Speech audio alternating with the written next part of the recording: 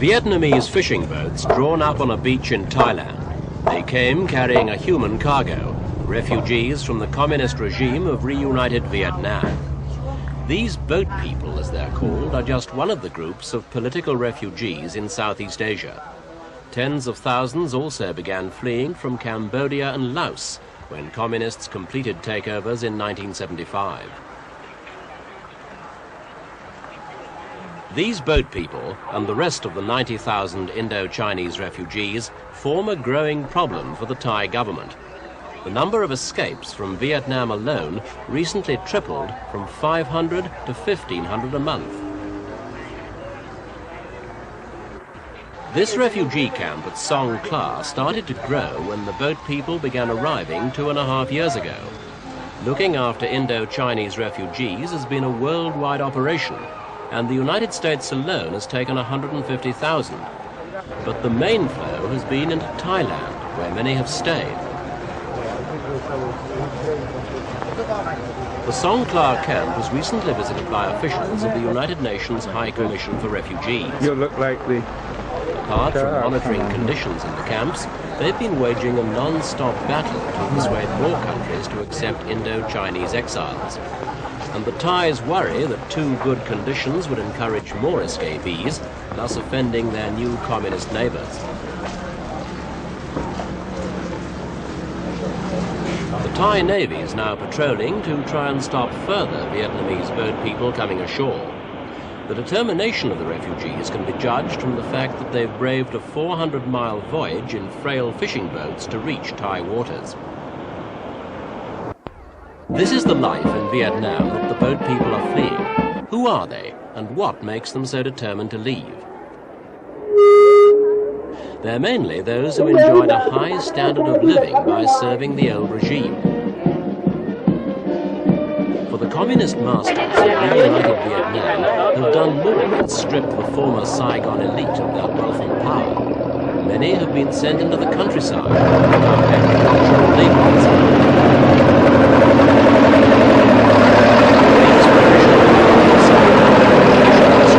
Volunteers were offered to spend 6 months in the fields as unpaid workers and be politically re-educated at the same time.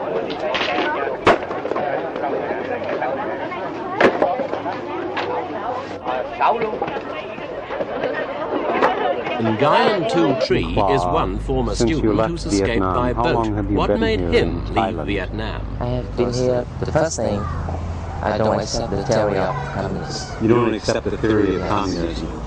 Because my parents, my father, he worked for the Republic of Vietnam. He worked for the government that was backed by the United States before the communists took over. Yes. And so he's now in a re-education camp. Have you been in contact with your father since he has been in the re-education camp? No, we have. We don't have any opportunity to meet. Do you know whether he is dead or alive? He's still alive because for about 3 months, we received his letter. As a move to deter potential refugees, the government has moved the latest arrivals to a less hospitable camp. They had arrived after a government statement that no more boat people would be admitted. The government maintains these people have never officially entered the country, and as far as Thailand is concerned, they're still aboard their boats, so the UN Refugee Agency has no power to intervene. Since the refugees don't officially exist, local authorities can't ask for cash from Bangkok to support them. Camp conditions appear rough, but the refugees claim it's better than being towed back to sea. What would they do then? And where do they want to end up eventually, we ask Tri. I hope to go to USA, America. Oh, why do you hope to go to the United States? Because I have a distant relative there. Because you have relatives there. Do you think it would be better for your education to go to the United States than, for example, to go to France? Well, I don't think so. You don't think so? Yeah. What about staying in Thailand? Oh, it's pretty hard. Pretty hard. Since you have been here for 6 months, Have the Thais, how have they treated you? Have they been good to you, or not good, or not bad? Oh, I think just if you make mistake, they sometimes can beat you. And what kind of mistakes? I think if anybody go beyond the demand of them. Beyond what demands? For example, keep in the camp, not go outside. For example, don't drink wine. Do you have enough to eat here?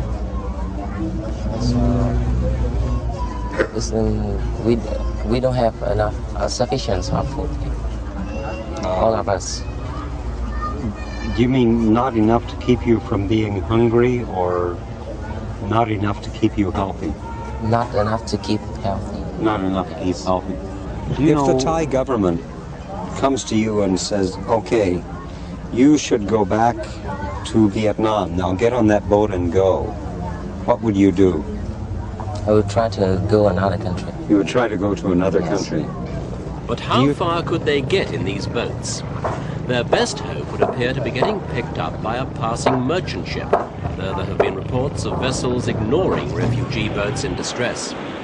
Any captain who does pick up the human flotsam of the Indo-Chinese conflict takes the risk of being unable to put them ashore, for so far, few governments have accepted them.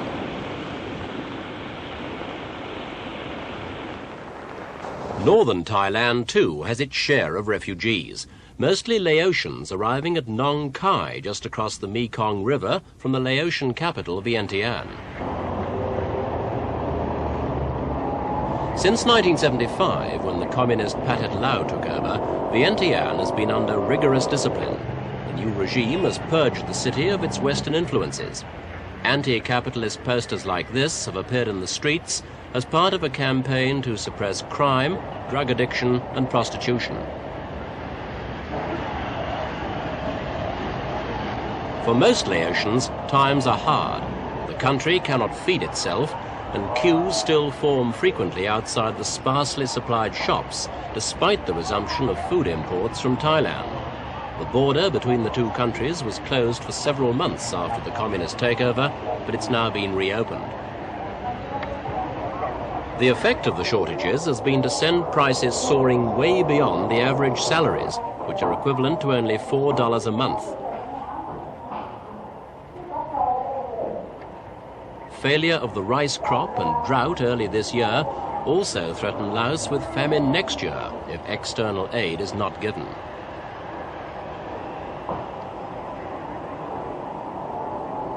From the Ta Dua border station, one of 2 points open to the Thai side of the Mekong River, boats leave carrying a trickle of refugees.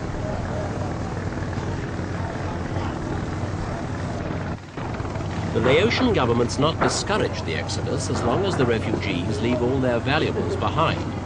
It's a sacrifice many have already made, for about 70,000 of the 90,000 refugees in Thailand today are Laotians.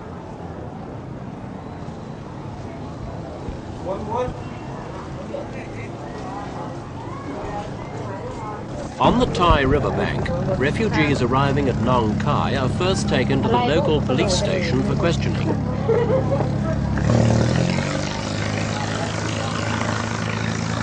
The purpose of the interrogation is to sort out political refugees from economic ones. The distinction's important because Thailand will accept those fleeing for political reasons, but not those whose case rests only on economic hardship. So clearly, the answers given in police questions are vital to the refugees' futures.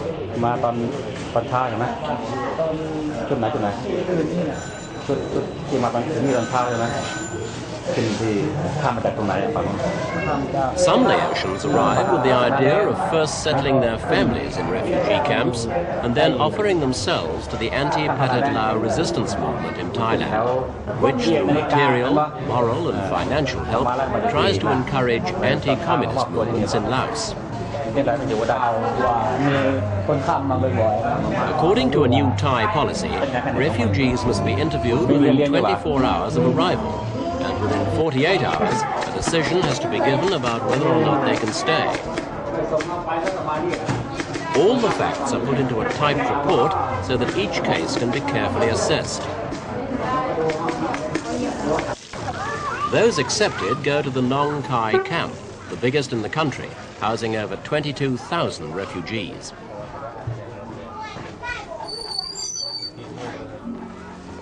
Numbers have risen so rapidly here in recent months that money handouts to buy food have had to be cut by 20%.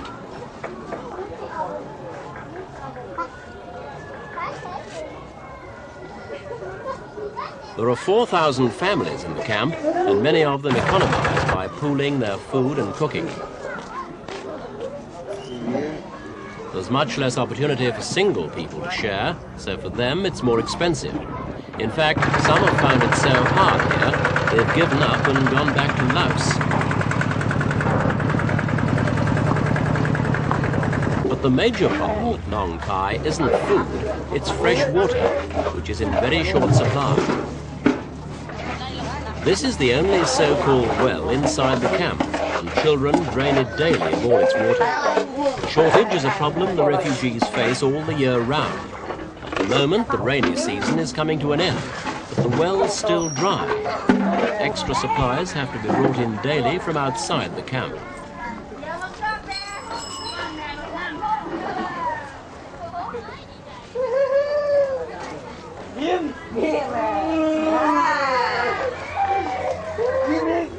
This water isn't free. It has to be bought out of the same cash handouts that the refugees use to pay for their food. Some refugees are even less lucky, those not covered by the definition political refugee. They're regarded as illegal immigrants and are put in jail before being returned later to their own country. At least 3 Laotian army pilots who defected to Thailand, for instance, were charged with illegal entry. Such action is thought to be another example of the way the Thai government is trying to jolt other countries into accepting more of the refugees themselves.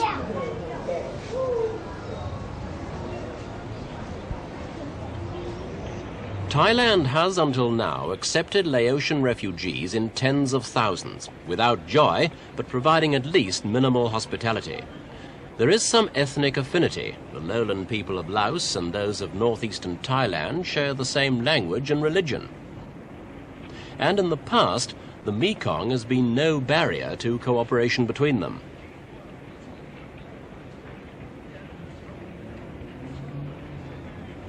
The total of Indo-Chinese refugees is threateningly close to what the government has stated is a crisis threshold of 100,000. Thailand is running out of time and options and will soon have little alternative but to refuse entry to all but the most political refugees.